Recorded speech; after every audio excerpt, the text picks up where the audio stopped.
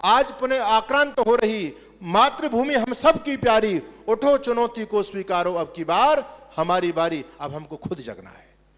भगवान कभी अवतार लेकर के नहीं आते, भगवान के हम और आप सभी अवतार हैं। भगवान ने हमको बुद्धि दी, हमको सामर्थ्य दिया है।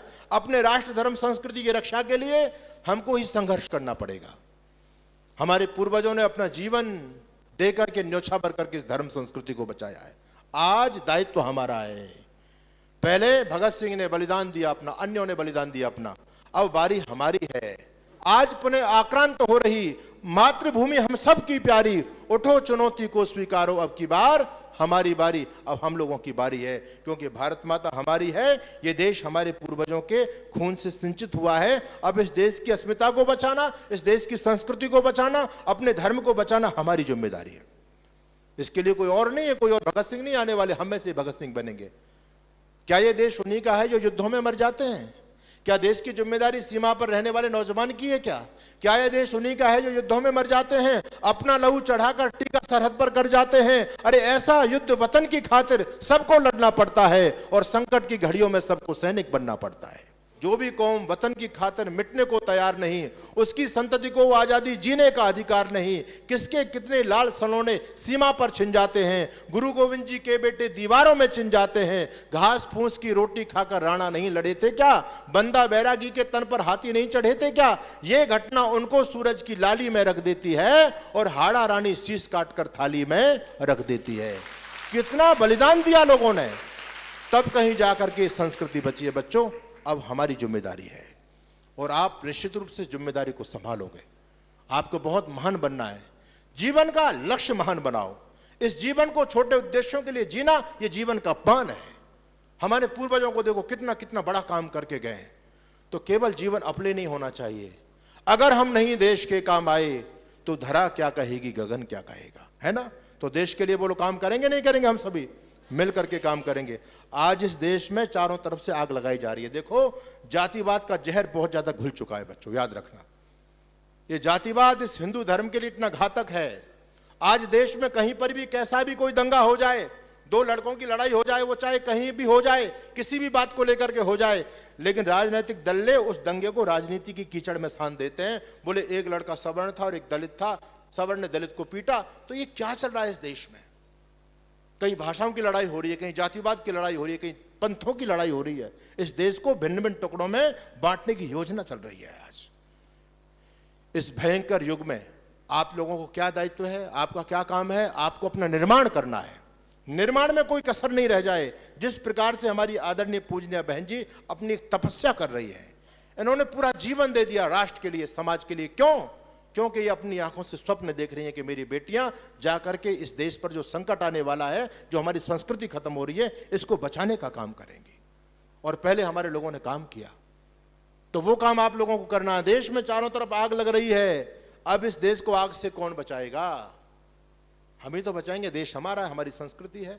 कहते हैं तालाब किनारे खड़ी एक इमारत में लगी आग, मच गई अफरा तफरी और भागम भाग। सबने वो किया जो था जिसकी पहुंच में, और एक चिड़िया भी डाल रही थी पानी भर भर चोंच में। एक तालाब के किनारे एक इमारत खड़ी हुई थी।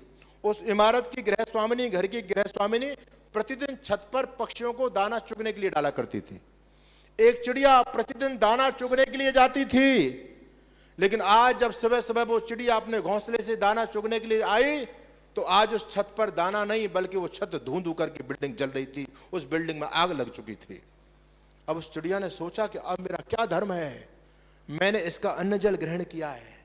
आग लगी है, वृक्ष को जलने लगे हैं पात।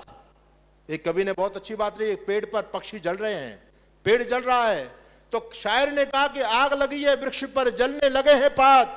अरे क्यों नहीं उड़ते पक्षियों जब पंख तुम्हारे साथ?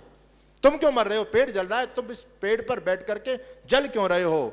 तो पक्षियों ने कहा फल खाए हैं वृक्ष के, फल खाए हैं वृक्ष के और गंदे कीने पात। अब धर्म हमारा है यही, हम मरे इसी के साथ। ये हमारा धर्म है, हम विपत्ति में छोड़ करके नहीं जाएंगे। उस नन्ही सी चिड़िया ने सोचा कि अब मेरा कर्तव्य क्या हो सकता है? मैंने तो रोज दाना खाया है इस गृह स्वामिनी का, आज ये घर जल रहा है, अब मेरा दायित्व क्या हो सकता है? उस नन्ही सी चिड़िया का सामर्थ्य कितना था बच्चों। तो शायर ने बहुत अच्छी बात लिखी, तालाब किनारे खड़ी एक इमारत में लगी आग, मच गई अफरा तफरी और भागम भाग, सबने वो किया जो था जिसकी पहुंच में, और एक चिड़िया भी डाल रही थी पानी भर भर चोंच में। वो चिड़िया तालाब में जाती है, अपनी चोंच में पानी भर करके लाती है और आग पर ऊपर डाल रही है। अच्छा, उसकी चोंच के पानी से आग बुझ सकती है क्या? उसी पेड़ पर रहने वाले कौवे ने कहा, बहन तू पागल हो गई है, अरे सुई के नोक से ताला खोल रही है और पत्तों के बाट से पहाड़ तोड़ रही है। कोई पत्तों के बाट से पहाड़ तोड़ सकता है क्या? सुई से कोई ताला खुल सकता है क्या? अरे पागल, तेरी चोंच में जितना पानी आएगा उससे तो आग का एक शोला भी नहीं बुझ पाएगा। तेरी चोंच का पानी तो आग तक भी नहीं पहुंचता, वो तो बीच में भस्म हो जाता है। क्यों परेशान हो रही है तुम? चिड़िया ने दिया जवाब, एकदम लाजवाब। बोली, भैया मैं आपकी बात को मानती हूं और अपने चोंच के सामर्थ्य को भी पहचानती हूं, लेकिन बस मैं तो इतना जानती हूं कि जिस दिन इस घटना का इतिहास लिखा जाएगा, मेरा नाम आग लगाने वालों में नहीं, मेरा नाम आग बुझाने वालों में आएगा। यह हमारा दायित्व होना चाहिए, यह हमारा कर्तव्य है। बच्चों, आज संस्कृति में आग लग रही है। हमारी बाहर की बेटियां पागल हुई घूम रही हैं, वो पाश्चात्य संस्कृति में अंधी हो गई हैं, वो आग लग रही है। अब दायित्व आपका है कि आप इस संस्कृति को बचाने वालों में आओगे या आग लगाने वालों में आएंगे। आप सभी का नाम, इतिहास जब लिखा जाएगा तो आपका नाम किस में आना चाहिए? आग बुझाने वालों में आना चाहिए, आग लगाने वालों में नहीं। ये हमारा दायित्व है। हम इस धर्म को, इस संस्कृति को बचाएंगे।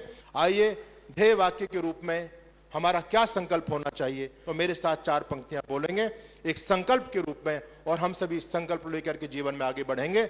ऋषि ऋण को चुकाना है, आर्य राष्ट्र बनाना है। ऋषि ऋण को चुकाना, आर्य राष्ट्र बनाना है। तो मिल के बढ़ो, मंजिल पे चढ़ो, चढ़ने का जमाना है। और देश के कोने कोने में संदेश सुनाना है। ऋषि ऋण को चुकाना है, आर्य राष्ट्र बनाना है। और कैसे बनेगा आर्य राष्ट्र? तो सुनिए, हम कस कर कमर चले हैं, निकले हैं इस मार्ग में, ले मजबूत इरादा।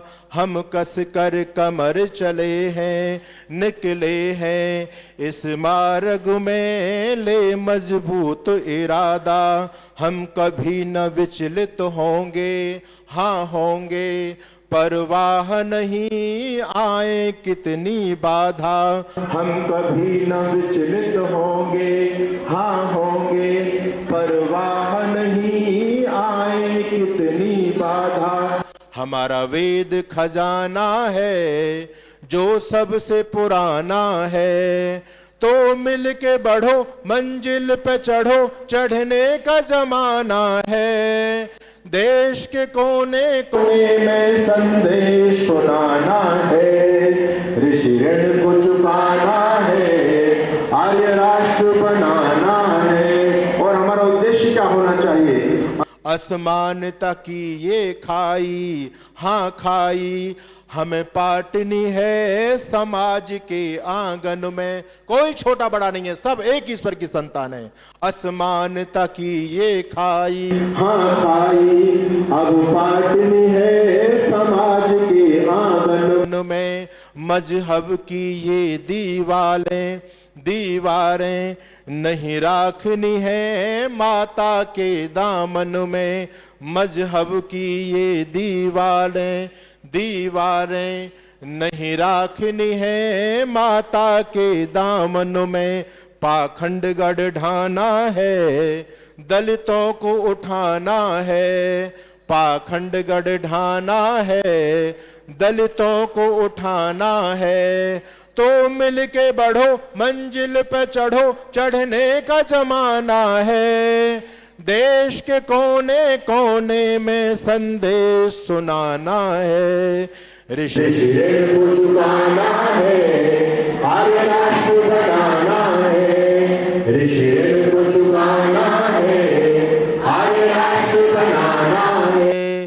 बोलिए भारत माता की, भारत माता की। वंदे वंदे